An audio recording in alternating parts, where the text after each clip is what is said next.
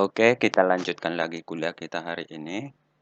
Lanjutkan topik kita yang minggu lalu, yaitu tentang farmakogenetik dan farmakogenomik. Untuk hari ini kita akan lanjutkan, di mana hari ini kita akan membahas tentang sitokrom P450, di mana karena ini sangat berhubungan dengan metabolisme yang ada dalam tubuh kita, terutama untuk metabolisme obat. Oke. Kita mulai dari pendahuluan sitokrom P450 itu apa. Jadi sitokrom P450 ini adalah biasanya disingkat dengan CYP, kemudian merupakan keluarga besar enzim berjenis hemoprotein. Hemoprotein sama juga biasa disebut dengan hemoprotein, yaitu protein yang memiliki atom besi. Jadi di mana proteinnya itu memiliki atom besi yang berfungsi sebagai katalis oksidator pada lintasan metabolisme steroid, asam lemak, xenobiotik, termasuk obat, racun, dan karsinogen. CYP adalah enzim utama yang terlibat dalam metabolisme obat, terhitung sekitar 75% dari total metabolisme yang ada dalam tubuh kita. Jadi sisanya itu hanya 25% di luar sitokrom P450 ini. Jadi bisa kalian bayangkan bahwa sitokrom P450 ini memiliki peran yang sangat besar dalam metabolisme obat. Kemudian CYP manusia terutama adalah protein yang berhubungan dengan membran yang terletak di membran dalam mitokondria dan retikulum sel endoplasma. Jadi si CYP ini terdapat di dalam membran dalam mitokondria. Mitokondria kan memiliki dua membran, membran dalam dan membran luar. Jadi si CYP-nya terdapat di dalam membran dalam mitokondria. Kemudian si CYP ini juga terdapat di dalam retikulum sel endoplasma. Jadi retikulum sel endoplasma juga ada dua, ada yang kasar dan yang halus. Si CYP ini sendiri terdapat di retikulum endoplasma yang halus. Kemudian CYP ini dapat bersifat induser atau mempercepat reaksi, kemudian bisa juga sebagai inhibitor atau menghambat reaksi. Si enzim sitokrom P450 ini terdapat di sebagian besar jaringan tubuh. Jadi hampir di seluruh jaringan dalam tubuh kita itu memiliki CYP ini. Proyek Genom Manusia telah mengidentifikasi 57 gen manusia yang mengkode berbagai enzim sitokrom P450.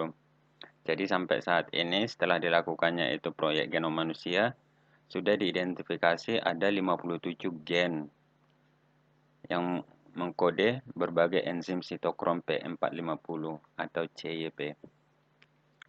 Oke, kita lanjutkan. Jadi lokasinya itu tadi di dalam sel kita itu berada di dalam retikulum endoplasma yang halus. Kemudian ada juga di membran dalam mitokondria. Di sini kalian lihat, ini contohnya sel manusia. Jadi si CYP ini atau si sitokrom P450 ini terdapat di retikulum endoplasma yang halus. Kalau yang dekat inti kan yang kasar. Kalau yang halusnya itu agak menjauh dari inti. Kemudian dia juga terdapat di dalam membran si mitokondria. Jadi mitokondria kita itu kan sangat banyak jumlahnya. Jadi di membran dalamnya itu terdapat juga sitokrom P450 ini. Kemudian prosesnya seperti ini. Kalian lihat, ini adalah membran sel kita atau biasa disebut dengan lipid bilayer. Jadi ini substrat, misalnya senyawa obat substratnya, kemudian si CYP ini tadi protein hemoproteinnya itu, di mana itu terdapat atom besi Fe. Nanti akan terjadi di sini oksidasi, reduksi dan hidrolisis. Jadi fase yang pertama dalam metabolisme obat. Jadi di sini si CYP ini akan berikatan dengan substrat, di mana kan kerja enzim itu akan mengikat substratnya, kemudian menghasilkan produknya. Dan si enzimnya itu bersifat sebagai katalisator atau mempercepat reaksi, tetapi tidak ikut bereaksi. Kemudian di sini nanti akan ada oksidasi dari NAD dengan bantuan NADPH, kemudian terjadi oksidasi nanti dan reduksi di membran sel ini. Ini contohnya apa? Protein hemoprotein, di mana terdapat atom besi Fe.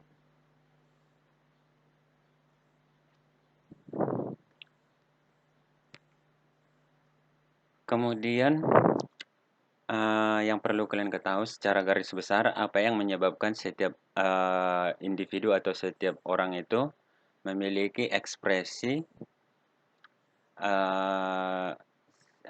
si gen P450 ini dan fungsinya itu berbeda-beda. Secara garis besarnya yaitu terdapat genetic polymorphism. Jadi ada di sini variasi genetik pada gen tersebut. Mekanisme regulasinya seperti ini, ada ligan, komunikasi sel, tetapi di sini di setiap orang itu berbeda. Jadi ini yang menyebabkan terjadinya perbedaan ekspresi gen dan fungsinya pada setiap orang. Jadi kalau kalian ingat lagi dogma sentral itu dimulai dari transkripsi kemudian translasi. Jadi pada saat translasi juga membentuk mRNA itu ada di sana mikro RNA. Kemarin kan kita sudah belajar mikro RNA, yaitu potongan kecil mRNA yang berasal dari DNA non-coding region. Jadi bisa dia mengganggu atau mempengaruhi untuk produksi mRNA si P450 ini. Kemudian ditranslasi untuk menghasilkan protein. Di sini untuk menghasilkan enzim, protein enzim di sini. Jadi setiap orang itu setelah terjadi genetic polymorphism di antara setiap orang, kemudian ditranskripsi, ada pengaruh mikro RNA lagi, kemudian dihasilkan suatu enzim P450 dan itu setiap orang itu berbeda-beda.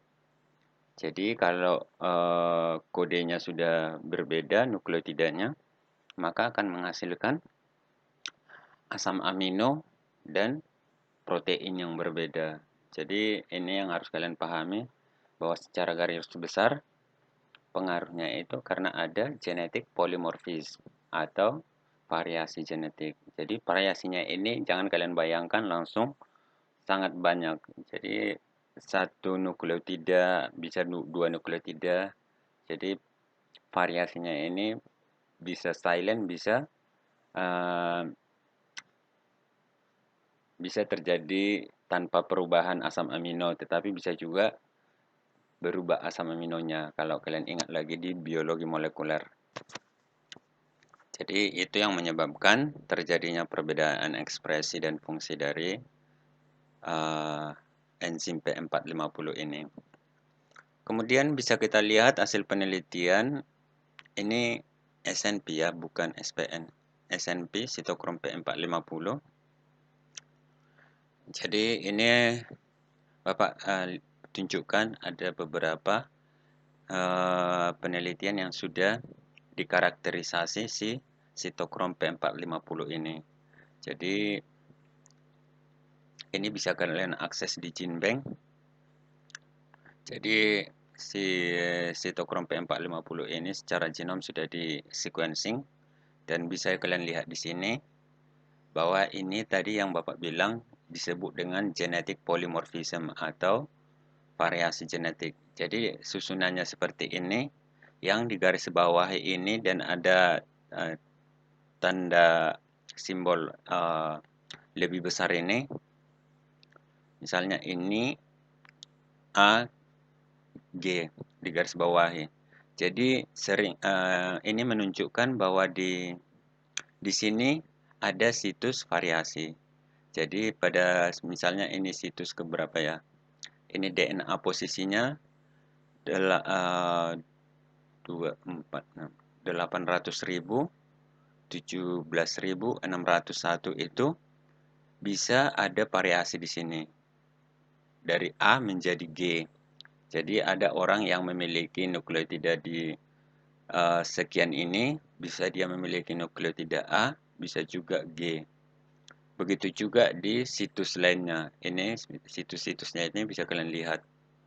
Jadi begitu banyaknya variasi ini. Jadi mulai dari yang terpendek ini 800.000, 17.000, 817.000 ini 601 ini terdapat perubahan. Kemudian di selanjutnya 817.673 juga bisa terdapat variasi. Kebalikannya, kalau di situs yang pertama itu tadi A bisa menjadi G, kalau di sini G bisa menjadi A.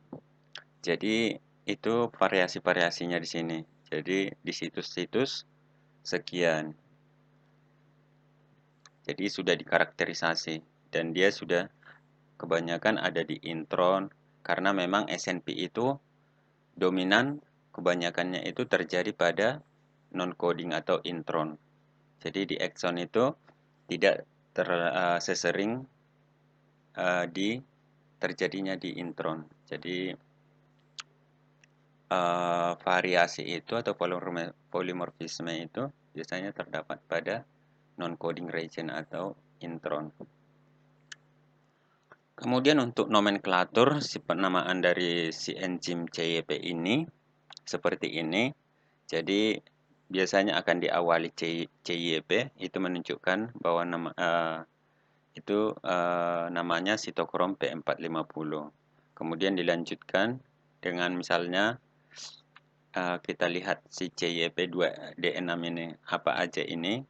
Jadi yang pertama itu CYP itu adalah sitokrom P450, duanya itu adalah familinya, famili gennya, kemudian D itu subfamilinya. Jadi bisa kalian bayangkan seperti ada spesies kemudian ada subspesiesnya. Jadi tetap masih sama tapi ada turunannya lagi. Kemudian setelah itu yang enamnya ini adalah gen spesifiknya. Jadi dalam satu famili itu terdapat banyak gen. Jadi gen 1, 2, 3, 4, 5 itu dibuat berurutan seperti ini.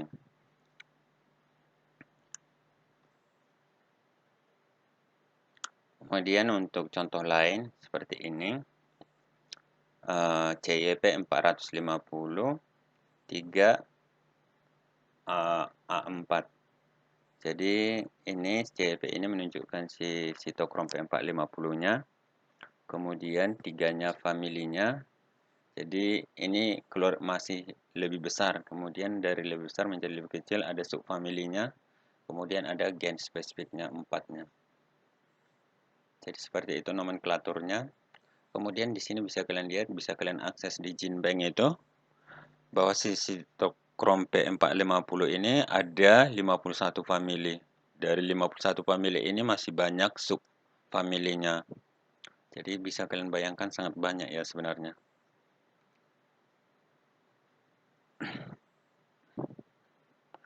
Kemudian ini adalah apa? Bapak ambil dari satu jurnal penelitian untuk menguji hubungan metabolisme obat dengan si CYP tadi. Jadi di sini dia melakukan 248 jenis obat di sini. Terdapat 248 jenis obat dengan substrat yang berbeda-beda. Jadi obat tersebut senyawanya berbeda-beda. Dia mau melihat hubungannya dengan si CYP tadi. Jadi dari situ dia bisa melihat bahwa si CYP 3A 4 ini per 5 itu hubungannya atau korelasinya dengan si obat ini 248 obat ini terdapat 30,2%. Jadi dari 248 jenis obat ini ada 30,2% obat yang berhubungan dengan si CYP 3A4 ini. Bisa itu sebagai induser, kemudian dia juga masih berhubungan dengan jenis kelamin, bahwa yang female itu lebih tinggi daripada male. Jadi si CYP3A4 ini lebih dominan pada female atau pada perempuan. Kemudian inflamasi itu menurun, aktivitasnya menurun, kemudian polimorfisme juga menurun, dan seiring dengan usia itu terjadi peningkatan aktivitas. Jadi seperti ini, begitu juga yang lainnya ini. Yang paling sedikit mungkin di sini untuk 248 obat ini yang diujikan, yang paling sedikit hubungannya terhadap si CYP2D2 ini 3%, dan si CYP2E1 ini. Jadi dari 248 obat itu korelasinya dengan si enzim ini hanya 3%. Jadi cukup kecil dibandingkan enzim-enzim yang lain ini. Tetapi ini tergantung 248 jenis obat ini ya, dengan substrat yang berbeda-beda.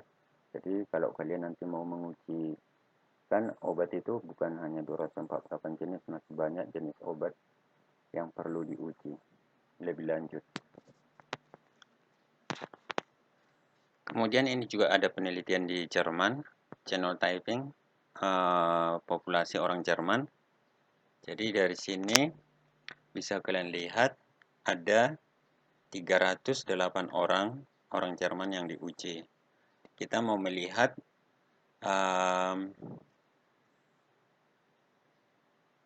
alelnya atau variasi gennya. Jadi kalau dari sini keterangannya ini bisa kalian lihat, ini yang ke atas jumlah orangnya, ini emergence-nya itu urinary metabolic ratio. Jadi rasio metabolisme urinnya dilihat dari situ.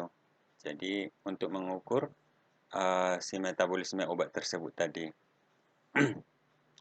Dari sini yang pertama sekali ini kita lihat bahwa yang satu seperti ini adalah normal alel.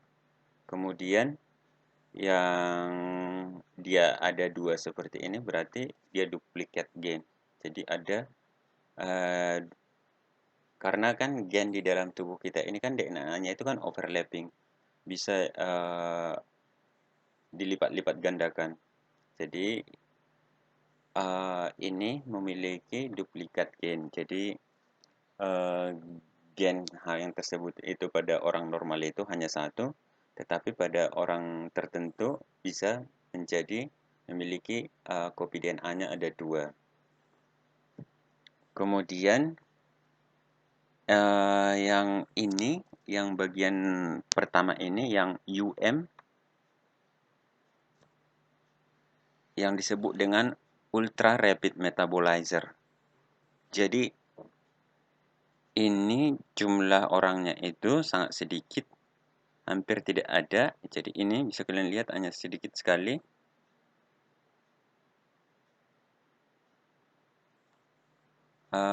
Dia memiliki metabolisme yang sangat cepat. Jadi kalau orang yang memiliki metabolisme sangat cepat, kalau dosis obatnya itu diberikan yang normal atau yang sedikit, jadi efek farmakologisnya ke dalam tubuh itu hampir tidak ada.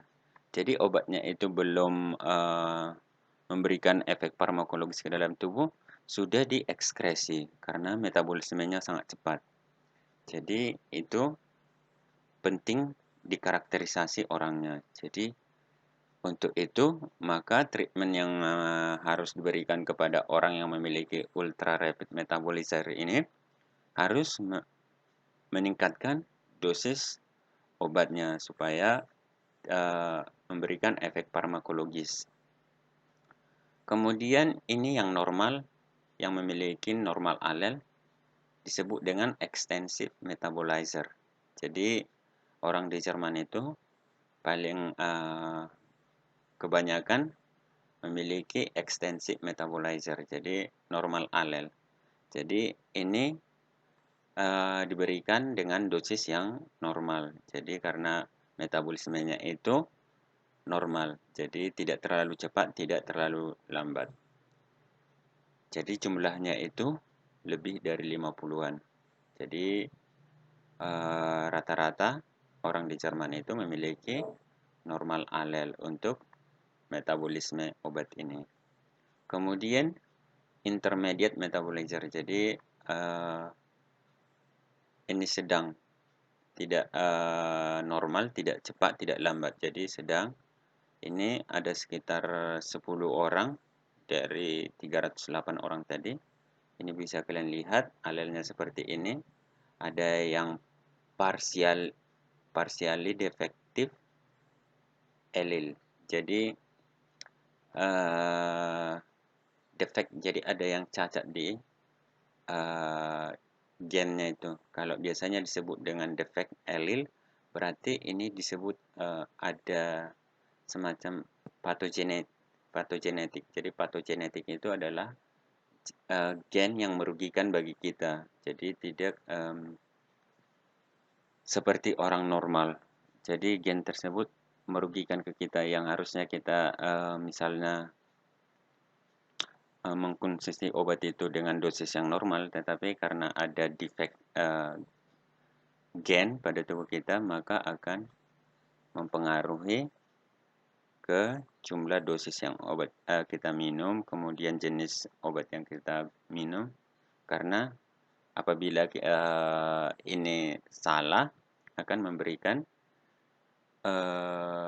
efek negatif bagi tubuh kita, terutama dalam hal metabolisme obat. Bisa menjadi kalau obat tersebut tidak dimetabolisme secara sempurna, bisa menjadi toksik di dalam tubuh kita, dan itu akan memberikan bahaya dalam tubuh kita. Kemudian ada yang di sini juga yang memiliki poor metabolizer. Jadi kalau disebut poor, null alel, berarti alel untuk si CYP26 ini dalam sitokrom P450-nya itu tidak ada. Jadi dia absen, tidak ada alel tersebut.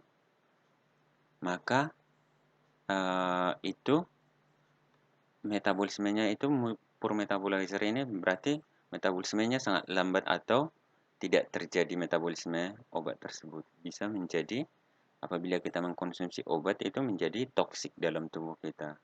Jadi ini harus kita perhatikan. Makanya di awal pertemuan kita kemarin itu, jadi satu jenis obat mujarab itu tidak semua itu menjadi mujarab bagi semua orang. Jadi ada juga yang tidak bisa menggunakan obat itu. Dan jumlahnya itu ada sekitar masih di bawah 10, jadi sangat kecil.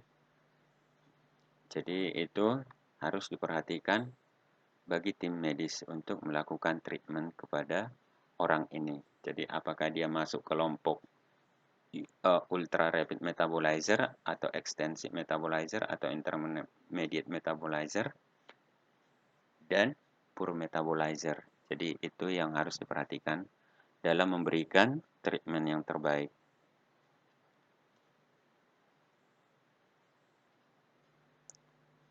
Kemudian konsepnya seperti ini. Jadi si enzim P450 ini atau si CYP tadi itu sangat penting dalam metabolisme berbagai macam obat. Tetapi tidak hanya obat, bisa juga makanan, xenobiotik, dan lain-lain tadi. Kemudian si CYP ini bisa juga menjadi inducer dan inhibitor. Kemudian tujuannya itu si P450 ini untuk menghindari reaksi negatif dan kegagalan dalam terapi. Jadi makanya si enzim P450 ini sangat berperan di dalam tubuh kita dalam hal metabolisme. Jadi yang pertama ini bisa kalian lihat di sini. Ini ada obat jenis A, kemudian ada si CYP, sitokrom P450, dan ada obat B senyawanya. Jadi bisa kalian bayangkan kalau kita minum satu obat itu, biasanya kan tidak hanya satu jenis senyawa atau substrat di dalamnya. Tetapi dalam hal ini kita buat konsepnya biar kalian paham, Ada obat A dengan substratnya tertentu, kemudian ada obat B dengan substrat tertentu. Kemudian dari sini si A ini bisa bereaksi dengan si enzim P450. Tetapi si obat B ini dia uh, menjadi inhibitor bagi si enzim P450 ini. Kemudian dari situ si enzim si obat A ini setelah si obat B ini menghalangi kerja si enzim P450 ini, maka si obat A tersebut tidak bisa termetabolisme dengan sempurna. Jadinya si enzim P450 ini menjadi inhibitor. Jadi si obat A ini akan meningkat di dalam darah. Jadi kalau sudah meningkat dan tidak diekskresi, itu akan menjadi toksik di dalam tubuh kita. Kemudian di konsep kedua, ada obat A, kemudian ada obat B, ada enzim P450, tetapi si obat A dan si obat B ini bisa bereaksi dengan enzim P450. Maka obat A ini dalam darah kita akan menurun dan akan diekskresi. Jadi ini menjadi bersifat inducer. Jadi bisa kalian lihat di sini tanda panahnya ke bawah, berarti bahwa setiap obat itu kan harus dikeluarkan dalam tubuh. Jadi harus sistem metabolisme itu harus dikeluarkan. Di mana kemarin secara general kan bahwa obat itu harus dibuat menjadi polar supaya bisa diekskresi, larut di dalam air.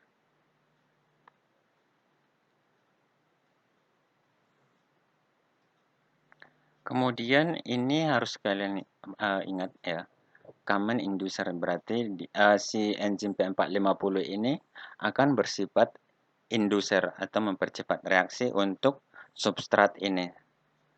Ada carbamazepin, ada rifampin, alkohol, phenytoin, glycosylphosphine, phenobarbital, dan sulfonylureas.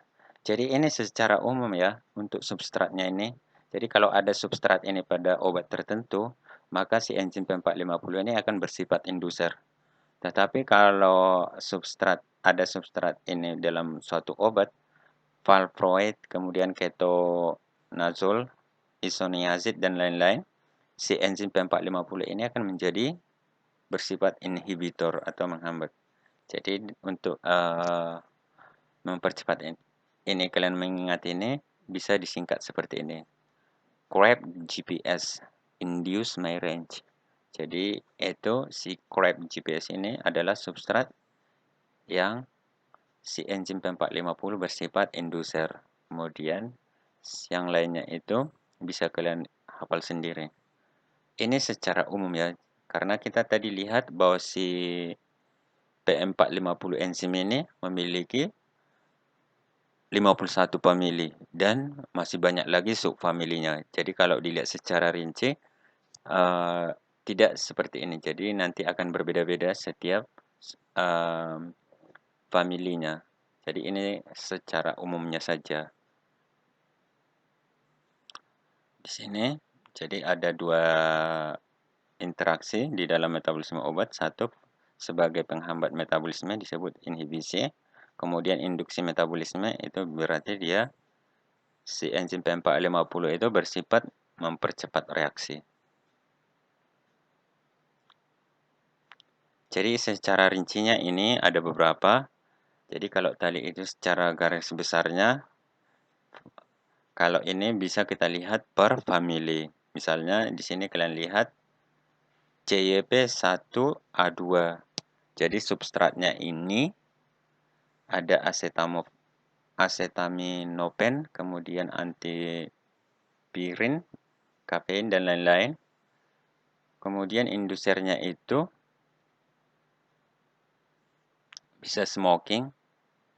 Jadi di sini ternyata merokok itu bisa bersifat positif juga, mempercepat reaksi. Di sini bisa kalian lihat ini ternyata Bapak juga baru mengetahuinya bahwa merokok itu tuh juga ternyata akan mempengaruhi metabolisme obat.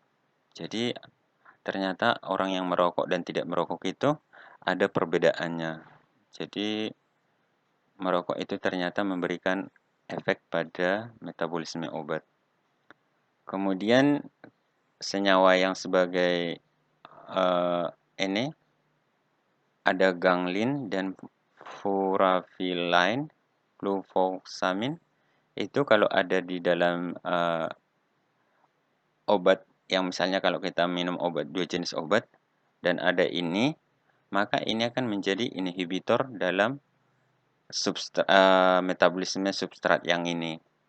Jadi seperti itu semua. Ini secara spesifik untuk per familinya. Kalau tadi secara garis besar, tapi yang paling terpenting kalian ingat ini aja, garis besarnya bahwa si enzim P450 ini akan sebagai induser untuk jenis-jenis substrat ini, senyawa obat ini. Kemudian kalau ada senyawa atau substrat obat seperti ini, maka dia akan bersifat inhibitor. Untuk secara spesifiknya, ini bisa kalian akses di internet banyak untuk jenis-jenisnya. Jadi karena ini berdasarkan penelitian yang dilanjut, nanti kalian mau melihat enzim apa. Jadi misalnya enzimnya ini CYP1A2A, enzimnya CYP A6 untuk substrat apa, itu diuji coba dalam penelitian untuk melihat korelasi dan pengaruhnya.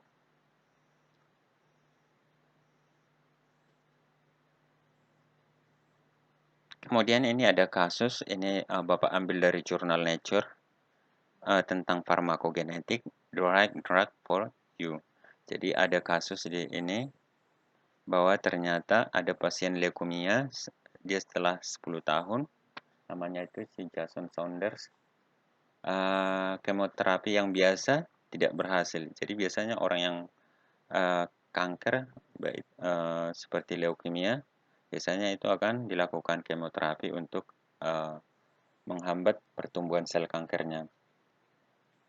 Mengingat pengobatan standar obat, ada peluang kuat bahwa metabolik toksik akan menumpuk di dalam tubuhnya. Jadi dia sudah diberikan obat yang bisa menangkal si leukemia ini, tetapi karena dia berhubungan dengan leukemia atau kanker darah, jadi mereka lebih memilih untuk melakukan kemoterapi daripada memberikan obat karena nanti akan bisa menjadi toksik di dalam tubuhnya. Kemudian si Jason adalah salah satu orang dari 10% Kaukasia dengan variasi genetik yang mengurangi kemampuannya untuk metabolisme teopurin. Jadi teopurin ini adalah obat yang bisa digunakan untuk penderita leukemia. Jadi dia adalah satu orang dari 10% Kaukasia. Jadi Kaukasia itu adalah ras kulit putih orang Jerman biasanya disebut itu Kaukasia. Jadi dia salah satu orang yang memiliki perbedaan. Obat yang paling umum digunakan untuk mengobati leukemia. Jadi si teopurin ini diberikan ke si Jason Saunders ini, tetapi tidak memberikan efek yang positif. Jadi tidak menjadi lebih baik. Jadi alih-alih memiliki dilihat gennya, yaitu gen yang berhubungan dengan si leukemia ini adalah gen TPMT. Bahwa ternyata si TPMT ini aktivitas tinggi yang menghasilkan enzim yang bertanggung jawab untuk metabolisme obat-obatan. Dan si Jason ini hanya memiliki satu. Jadi dari situ kalian bisa bayangkan tadi, kalau alelnya ada dua, dia akan semakin ultra rapid. Jadi dia sangat cepat. Tetapi kalau si satu itu tadi normal. Tetapi dalam kasus ini, yang normal itu harusnya memiliki dua, tetapi si Jason ini memiliki satu. Berarti dia akan metabolismenya akan lambat atau disebut dengan poor metabolism. Jadi Sitopurin ini tidak bisa diberikan dalam dosis yang normal. Harus minimal dosisnya itu dikurangnya itu lebih rendah. Menguji pasien leukemia untuk status TPMT, mereka adalah salah satu contoh pengobatan yang paling umum yang disesuaikan dengan genetik pasien. Jadi untuk pasien seperti ini harus dilihat susunan gen TPMT-nya untuk menyesuaikan pengobatan tersebut. Seperti si Jason ini bahwa ternyata dia hanya memiliki satu salinan gen TPMT-nya atau alelnya. Jadi berbeda dengan orang normal. Biasanya orang normal itu memiliki dua, tetapi dia hanya memiliki satu. Jadi dari situ bisa disesuaikan treatmentnya. Terutama misalnya gambarannya adalah dosis obatnya. Jadi biasanya yang metabolismenya lambat atau poor metabolizer itu biasanya dosisnya dikurangi. Kemudian untuk mencapai yang tujuan daripada farmakogenetik dan farmakogenomik ini adalah individual medical treatment. Jadi kalau yang kita alami sekarang kan di dalam kehidupan kita sehari-hari kan masih pengobatan secara umum. Jadi belum sampai ke individual medical treatment. Jadi untuk selanjutnya, jadi cara melakukan supaya bisa tercapai individual medical treatment ini atau biasa disebut dengan personalized medicine. Jadi pertama sekali itu kita harus melakukan penemuan yang disebut dengan SNP discovery. Jadi kita harus dilihat dulu variasi gennya itu seperti apa, kemudian dikarakterisasi. Misalnya kita masuk gen yang kelompok mana. Kemudian genomic sequencing and banking. Kalau hari ini mungkin untuk analisis genom itu masih mahal, masih agak susah, tetapi kan untuk 10 tahun kemudian karena perkembangan teknologi yang sangat cepat, itu kemungkinan itu sudah menjadi sangat biasa dan sangat membutuhkan biaya yang cukup murah. Karena apa ya? Dulu kan untuk pembacaan DNA itu atau pembacaan nukleotida itu kan membutuhkan biaya mahal karena alatnya masih jarang, kemudian reagen atau enzim yang digunakan ke prosesnya itu juga masih sangat jarang, sangat mahal. Tetapi untuk kedepannya itu pasti sangat mudah karena sudah semakin banyak perusahaan-perusahaan yang menciptakan reagen-reagen dan alat untuk analisis DNA. Kemudian setelah itu tadi di sequencing, kemudian kita genotyping atau karakterisasi. Misalnya kita masuk kelompok mana di genotyping satu persatu. Kemudian di sini setelah genotyping ada determine haplotypes. Jadi kita itu kan misalnya kita ada 10 orang, kemudian DNA kita itu dibaca. Jadi pasti kita nanti haplotype kita ada yang sama atau di situs-situs perbedaan itu, variasi itu, SNP itu pasti ada aja kita yang sama di situ. Jadi dari situ ditentukan haplotype-nya untuk menentukan grupnya. Kemudian dari haplotype itu disesuaikan, diteliti. Oh, kalau haplotype-nya seperti ini, apakah dia memiliki metabolisme yang cepat, yang sedang, atau yang lambat? Jadi dihubungkan dengan penelitian. Jadi setelah tidak bisa langsung kalau misalnya variasi genetiknya sudah diketahui, oh kamu itu memiliki metabolisme yang cepat atau lambat atau yang buruk itu tidak bisa langsung kita tentukan, harus dihubungkan dulu melalui pengujian obat. Kemudian dari situ setelah ketemu bahwa si kelompok-kelompok tadi sudah ketemu bahwa mana kelompok yang cepat, mana yang kelompok lambat atau sedang itu, maka akan bisa dilakukan individual medical treatment. Jadi treatment untuk kelompok-kelompok tadi bisa dilakukan secara spesifik. Jadi tidak sama rata untuk semua kelompok tersebut. Kemudian di sini bisa kalian lihat, bisa kalian bedakan untuk melihat variasi genetik itu sekarang ini yang banyak dilakukan adalah SNP, Single Nucleotide Polymorphism. Tetapi bisa kalian bandingkan, ada SNP, ada STR. Kalau SNP itu berarti hanya satu nukleotida yang berbeda.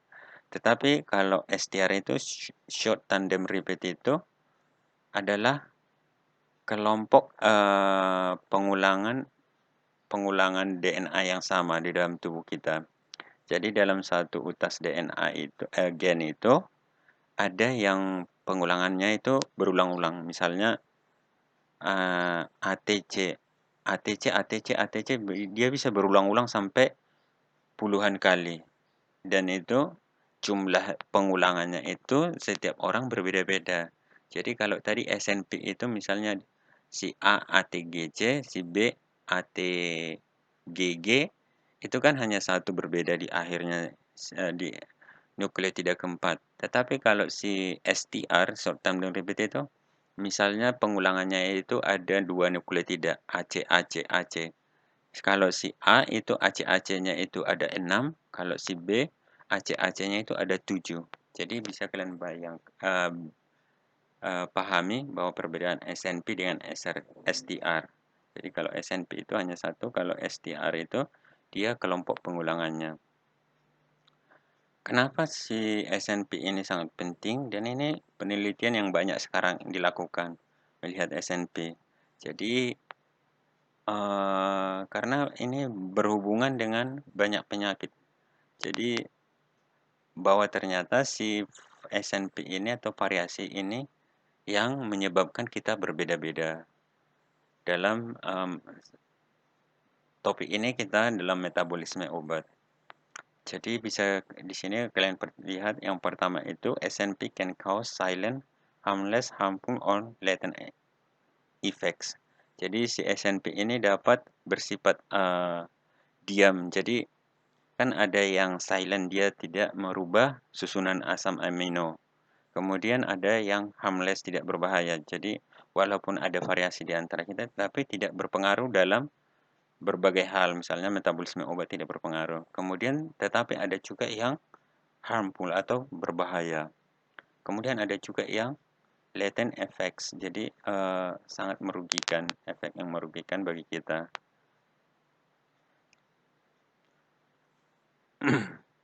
Kemudian kebanyakan SNP terjadi di non-coding. Jadi tadi Bapak sudah bilang bahwa si variasi atau si SNP ini biasanya terjadi di non-coding area atau non-coding region. Jadi kalau dulu itu orang penelitian selalu yang coding region. Kalau sekarang itu malah kebanyakan peneliti itu menggunakan daerah yang non-coding. Karena ternyata SNP banyak ditemukan di non-coding dan itu berpengaruh pada aktivitas fisiologi dan biokimia di dalam tubuh kita. Seperti dalam hal ini dalam metabolisme obat. Kemudian the remaining SNP occur in coding region. Jadi walaupun tadi Bapak bilang itu sering terjadi di dalam non-coding, tetapi di coding region juga bisa juga terjadi SNP ini dan banyak juga yang terjadi. Jadi tetapi tidak sebanyak di non-coding. Jadi dari situ itu dapat mempengaruhi misalnya nukleotida menjadi asam amino, kemudian asam aminonya berubah strukturnya, ya akan menghasilkan protein yang berbeda juga. Dan itu berpengaruh pada kesehatan seseorang. Maksudnya di sini kesehatannya fisiologi, kemudian biokimianya dalam tubuhnya itu akan berbeda-beda. Tetapi tidak lupa juga walaupun gen kita itu seperti ini, tetapi juga bisa dipengaruhi oleh dari luar, yaitu bisa dengan gaya hidup. Jadi tidak melulu dari si gen ini.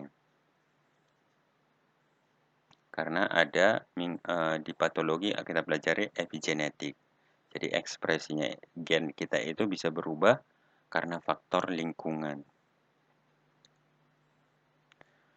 Kemudian cara penemuan si SNP ini gampang ya, seperti kita di biologi molekuler, kita isolasi DNA dari pasien, kemudian kita PCR, kemudian kita sequencing, kita baca. Kalau kita tidak bisa secara genom atau keseluruhan, berarti kita menggunakan gen target. Misalnya untuk penyakit tertentu, gen targetnya apa, kemudian kita gunakan primernya, kemudian kita PCR dan kita sequencing, kemudian kita baca, kita lakukan alignment, kita lihat variasinya. Jadi variasinya seperti apa, dari situ kita kelompokkan. Ini tugas apa ya, yang sederhananya, karena kita menggunakan gen target. Jadi gen target ini dari mana kita dapatkan? Dari penelitian-penelitian sebelumnya. Jadi ada yang disebut dengan biomarker. Jadi beberapa penyakit tertentu, misalnya diabetes, penyakit-penyakit lain, itu sudah ada biomarkernya atau marker genetiknya, genetik markernya. Jadi sudah ada dan itu bisa kita akses baik itu dari GenBank dan dari jurnal-jurnal penelitian sebelumnya. Kemudian kita menggunakan primer tersebut. Nanti dari situ, misalnya kita mempunyai di sini ada 4 pasien, kita ambil gen target yang berhubungan dengan penyakit mereka, kemudian kita lihat variasinya, polimorfismenya. Dari situ akan kita kelompokkan bahwa dari 4 orang ini misalnya ya, satu orang dia itu variasinya seperti ini, dia memiliki ultra rapid, jadi metabolismenya sangat cepat.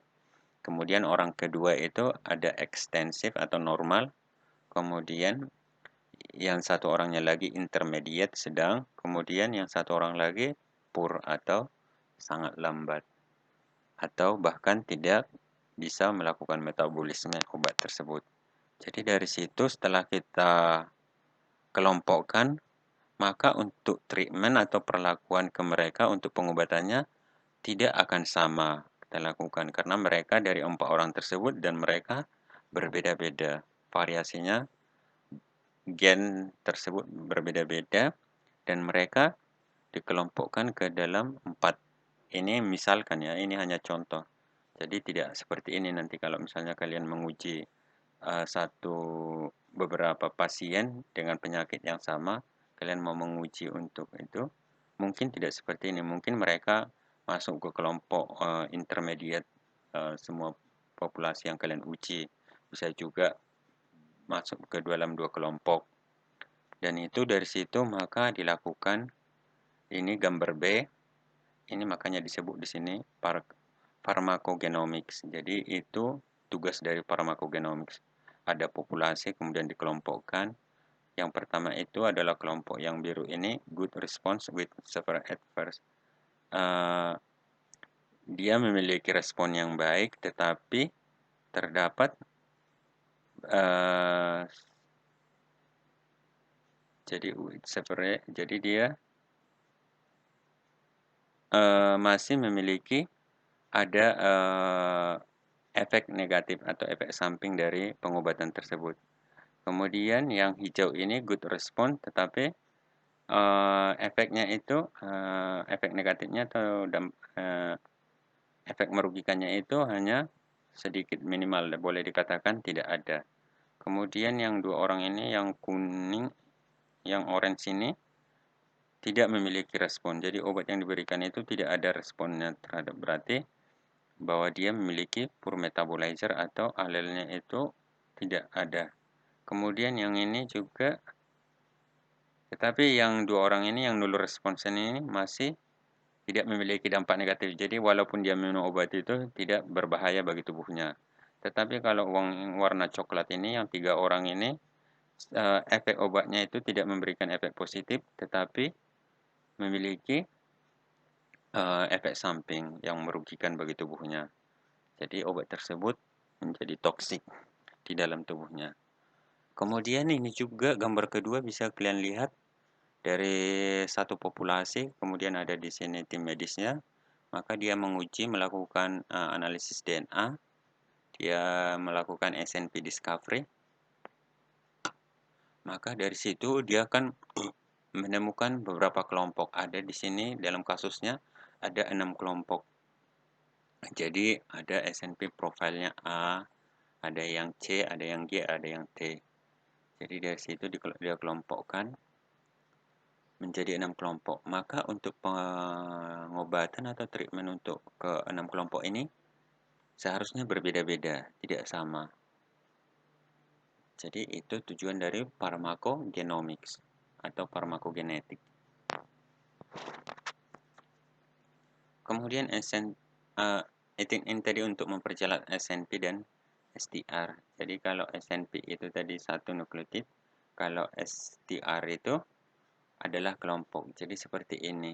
Kalau SNP kalian sudah tahu hanya satu nukleotida yang berbeda, tetapi tidak hanya satu ya, bisa di situs itu maksudnya ada satu, di situs berapa ada satu lagi, di situs keberapa ada satu lagi, tidak melulu dalam satu gen hanya satu, bukan. Jadi hanya di setiap situs itu bisa terdapat satu, kemudian situs lain bisa juga. Bedanya dengan STR itu seperti ini. Jadi kalau misalnya Bapak ini gambar yang orang pertama ini AGAT. AGAT ini adalah kelompok pengulangan di dalam DNA kita. Dia hanya memiliki 7 pengulangan. Jadi AGAT, AGAT, AGAT sampai 7 kali. Kemudian yang orang kedua ini dia memiliki AGAT-nya itu pengulangannya 4 kali. Kemudian orang ketiga dia memiliki AGAT-nya itu 12 kali. Jadi dari sini terjadi perbedaan-perbedaan variasi. Dan ini bukan disebut dengan SNP, ini disebut dengan STR atau Short Tandem Repeat. Analisis Short Tandem Repeat atau STR adalah metode umum dalam biologi molekuler yang digunakan untuk membandingkan lokus spesifik pada DNA. Jadi karena di dalam tubuh kita ini ada banyak pengulangan-pengulangan seperti ini. Ini biasa disebut dengan mikrosatelit. Jadi jangan kalian bayangkan satelit ya, satelit untuk pemancar ini di dalam tubuh kita itu terdapat banyak mikrosatelit. Mikrosatelit yang disebut juga sebagai STR. Kemudian tadi kalian pasti bingung haplotype itu seperti apa. Jadi haplotype itu seperti ini. Misalnya dari sini ini ada 6 kelompok. Ada 4 kelompok yang kalian uji DNA-nya. Kemudian terdapat seperti ini. Dan ini yang disebut dengan SNP. Variasinya misalnya hanya terdapat perubahan di C. Ada C juga, ada T, ada C. Jadi dari SNP itu ini misalnya dari situs 1, 2, 3, 4. Jadi di situs 5, kemudian seterusnya sampai ini ketemu SNP-nya semua dalam satu gen, kemudian dikelompokkan. Variasi-variasinya itu tadi dikeluarkan satu persatu. Itu misalnya haplotype 1, haplotype 2, haplotype 3, haplotype 4. Tetapi dalam kasus ini karena hanya 4 orang ya, 4 orang yang diuji dan 4-empatnya itu berbeda. Makanya haplotype-nya menjadi 4. Jadi kalau misalnya kita menguji populasi yang banyak, misalnya 100 orang, dan itu pasti ada yang haplotype-nya sama. Jadi 100 orang tersebut pasti kemungkinan haplotype-nya itu tidak sampai dengan 100. Jadi pasti ada orang yang haplotype-nya sama. Jadi dari situ nanti akan dikelompokkan. Jadi haplotype ini adalah pengelompokan SNP tadi.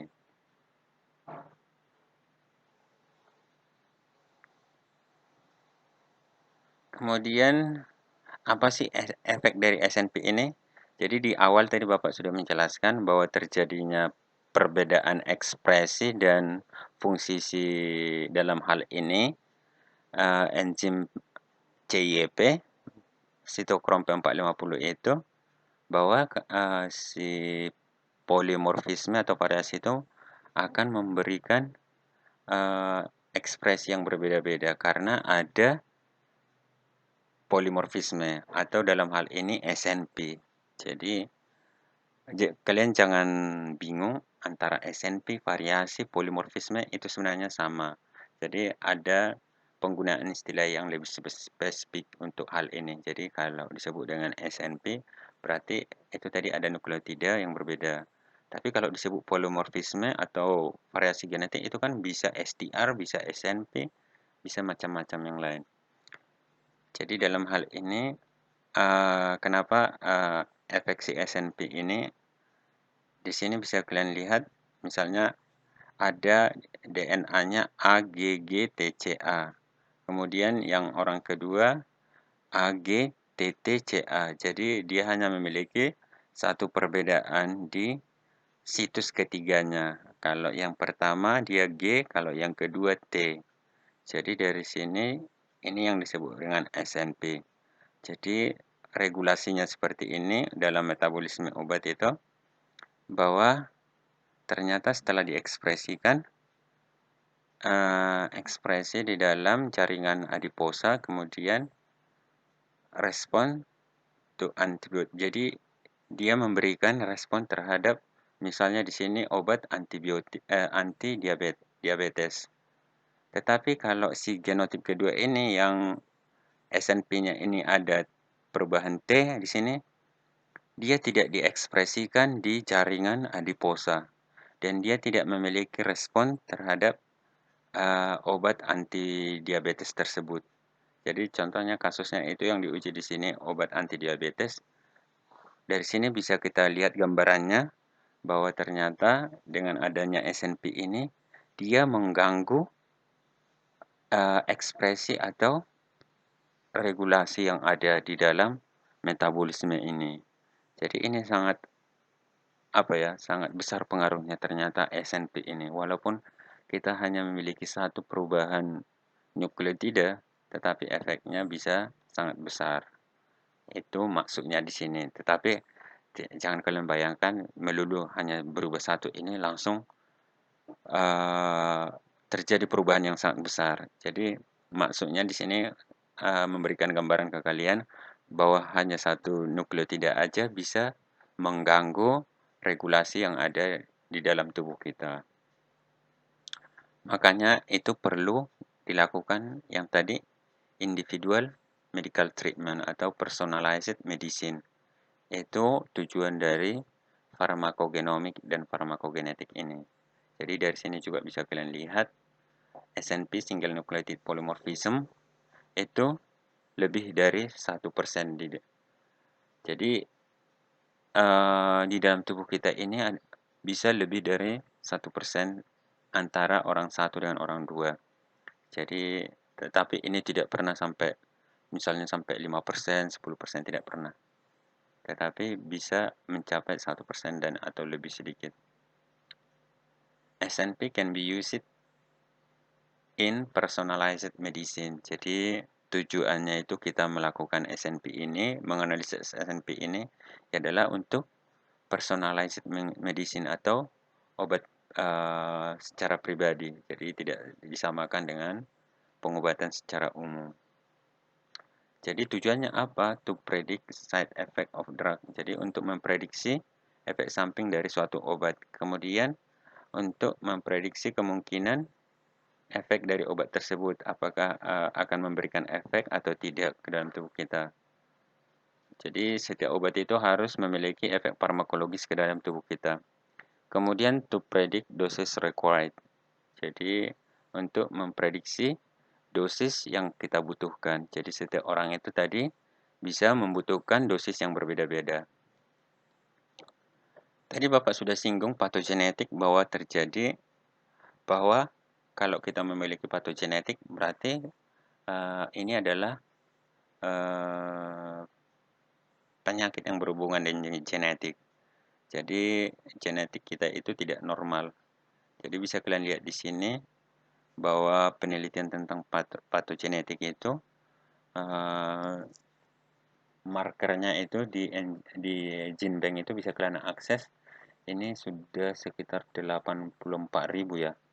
Jadi sudah ada 84.000 marker untuk patogenetik ini. Jadi bisa kalian gunakan untuk melakukan penelitian atau bisa kalian baca-baca bahwa gen-gen tersebut yang berhubungan dengan penyakit-penyakit tertentu. Jadi sudah banyak yang sudah diidentifikasi atau diteliti. Jadi misalnya kan ada penyakit, beberapa penyakit yang berhubungan dengan genetik. Itu bisa kalian teliti atau bisa kalian baca, pahami. Kemudian kita masuk ke bioetika.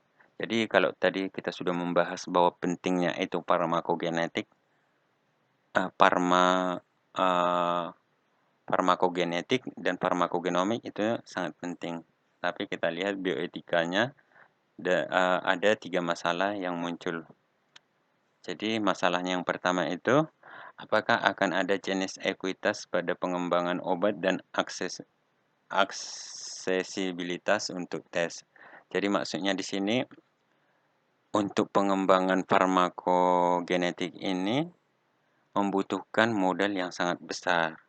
Jadi apakah nanti misalnya kalau pemerintahan Indonesia mampu melakukan farmakogenetik, berarti setiap orang itu harus dilakukan tes analisis DNA. Kemudian untuk pengembangan obatnya juga harus secara kelompok-kelompok atau individual tadi. Jadi ini juga menjadi pertimbangan untuk mengembangkan farmakogenetik. Jadi itu bisa kalian bayangkan. Kemudian kerahasiaan penyimpanan dan penggunaan informasi genetik. Jadi kalau misalnya saya berobat ke suatu rumah sakit dan dilakukan tes DNA secara genomik dan DNA saya secara genomik sudah dibaca, itu kan kerahasiaan kita kan tidak akan ada lagi tentang informasi yang ada dalam tubuh kita. Jadi ini juga masih ada pertimbangan etikanya, apakah ini bisa dilakukan tanpa melanggar etik yang ada. Kemudian, apakah pasien memiliki kendali atas pengujian? Jadi kalau setiap pengujian ini kan harus dilakukan secara harus memiliki SDM dan apa ya, teknologi. Jadi kalau kita dari kita sudah diambil sampel darah mungkin atau jaringan tubuh kita untuk dilakukan analisis DNA, apakah kita memiliki kendali untuk itu? Misalnya dalam hal kerahasiaan, kemudian dalam hal uh, pemanfaatannya, itu kan bisa juga disalahgunakan oleh kelompok-kelompok tertentu untuk hal-hal tertentu juga yang tidak kita ketahui sebagai pasien. Jadi ini juga bisa melanggar etika.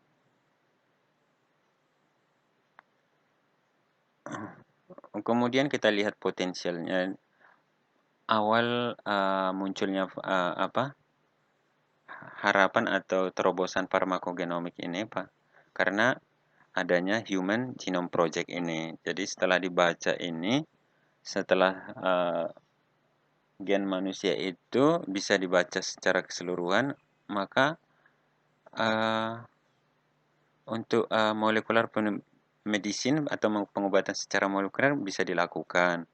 Kemudian pengembangan diagnosis suatu penyakit bisa dikembangkan karena akan lebih gampang. Kemudian deteksi awal untuk suatu penyakit itu bisa dilakukan. Jadi misalnya kayak seperti apa ya, tumor kemudian kanker itu bisa dideteksi lebih awal setelah adanya Human Project Genome. Kemudian rasional drug design. Jadi tadi penyesuaian jenis obat kemudian dosis itu bisa disesuaikan untuk setiap orang.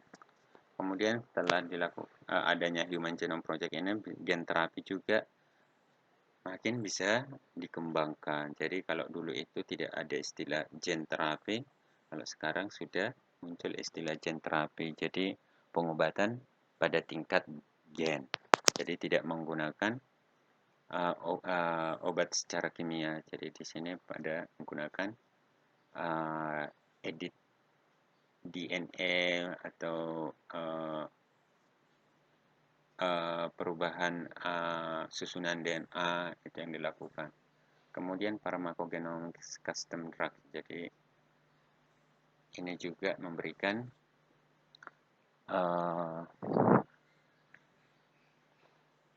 pengobatan secara farmakogenetik. Jadi kalau dulu itu dilakukan pengobatan itu ya secara umum, tidak pernah dipikirkan untuk pengobatan secara personal. Jadi semua itu disamakan, misalnya penyakit A itu pengobatannya, treatmentnya itu sama untuk semua.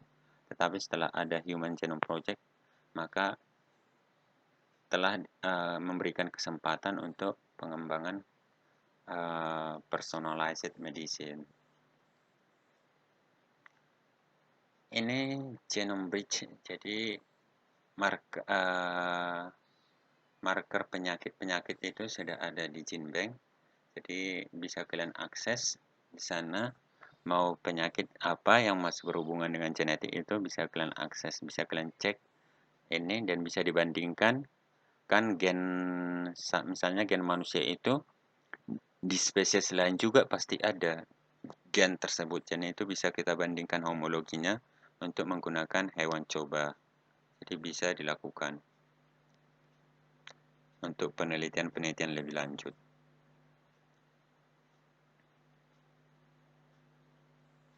Kemudian keuntungan menerapkan farmakogenetik. Jadi keuntungannya itu banyak sebenarnya. Yang pertama, mengurangi terjadinya polifarmasi atau menggunakan banyak obat. Jadi misalnya penyakit A itu biasanya hanya diobati dengan satu obat, tetapi karena tidak diketahuinya pengaruh dari gen, maka bisa terjadi polifarmasi. Jadi harus beberapa obat yang digunakan. Kemudian meningkatkan efisien obat.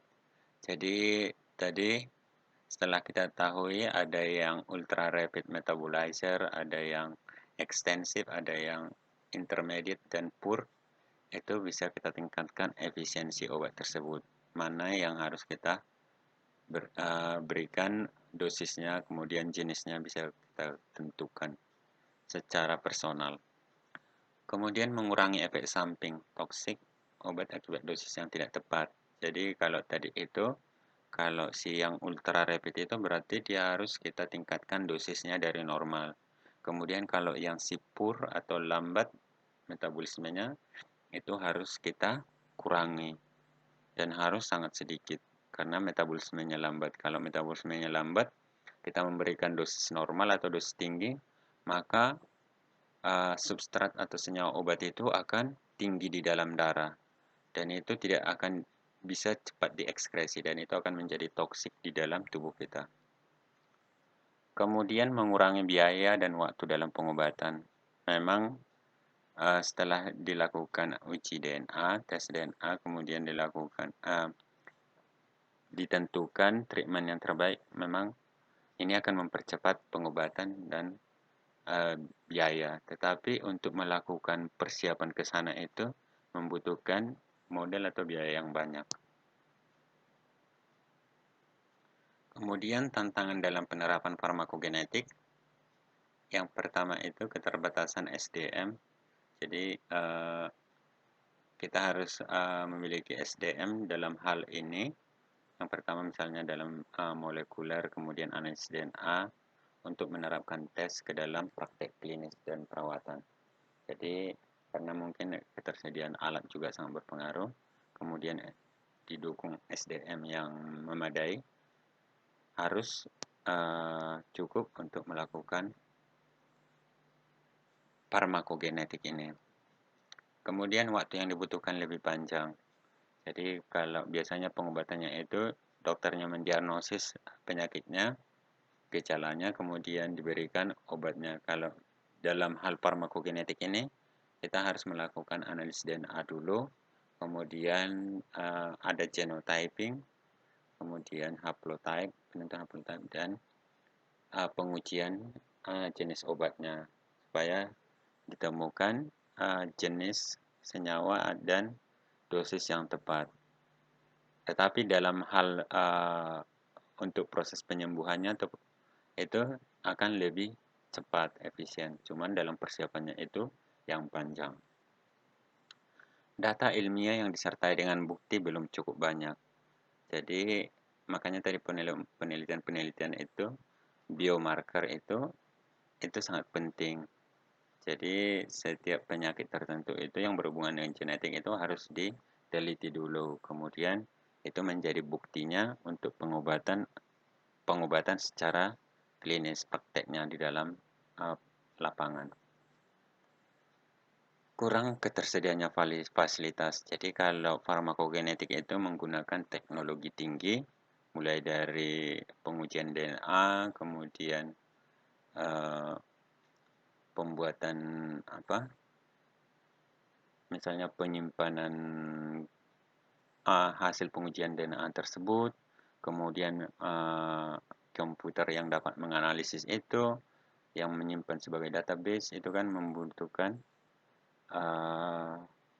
fasilitas. Baik itu misalnya sedangkan pengujian aja kita harus menggunakan misalnya PCR gradien, kemudian reagen yang mahal, kemudian tempat pengujian, itu kan membutuhkan fasilitas yang bermodal banyak.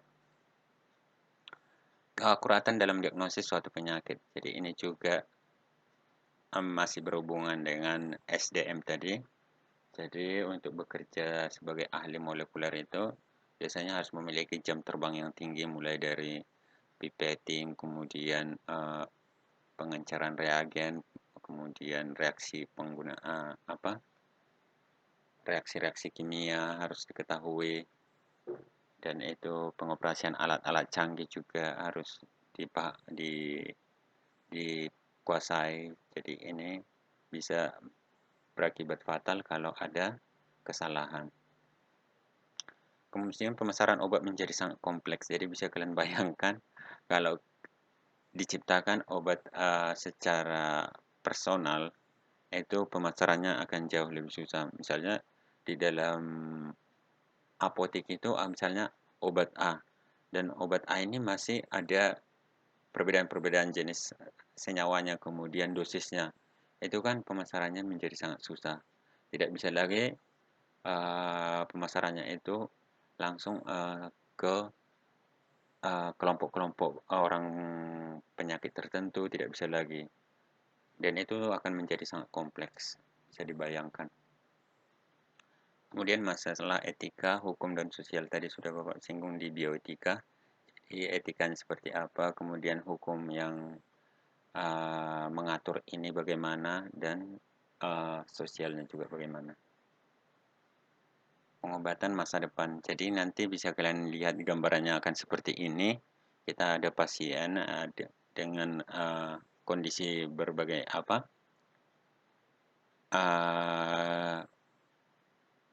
dengan variasi genetik yang berbeda-beda.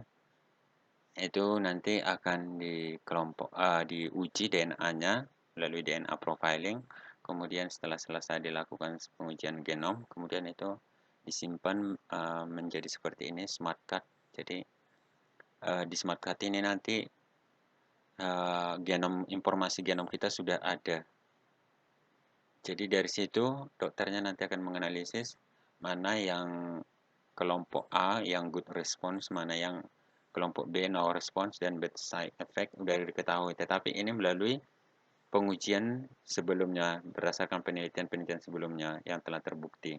Kemudian dari situ bisa langsung dikelompokkan, dimasukkan ke smart card ini, dan ini bisa kita gunakan sebagai cara pengobatan di masa depan. Misalnya kalian pergi ke rumah sakit hanya membawa ini chip ini. Jadi chip ini nanti yang akan dibaca oleh dokternya, komputernya nanti, kemudian dilakukan dokternya treatment untuk Anda. Jadi tidak setiap saat kita melakukan DNA profiling, tidak. Jadi hanya sekali, tetapi itu akan disimpan di satu chip, dan itu nanti setiap kita misalnya pergi ke rumah sakit untuk berobat, ini tinggal disesuaikan oleh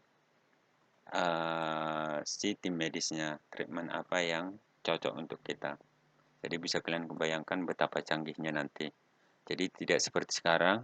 Kalau sekarang kan kalian pergi ke rumah sakit atau ke puskesmas, itu akan diambil map, kemudian dilihat rekam medis kalian dulu pernah sakit apa, itu ditulis. Kalau kalian pindah-pindah rumah sakit, pindah-pindah puskesmas, itu akan berbeda-beda lagi.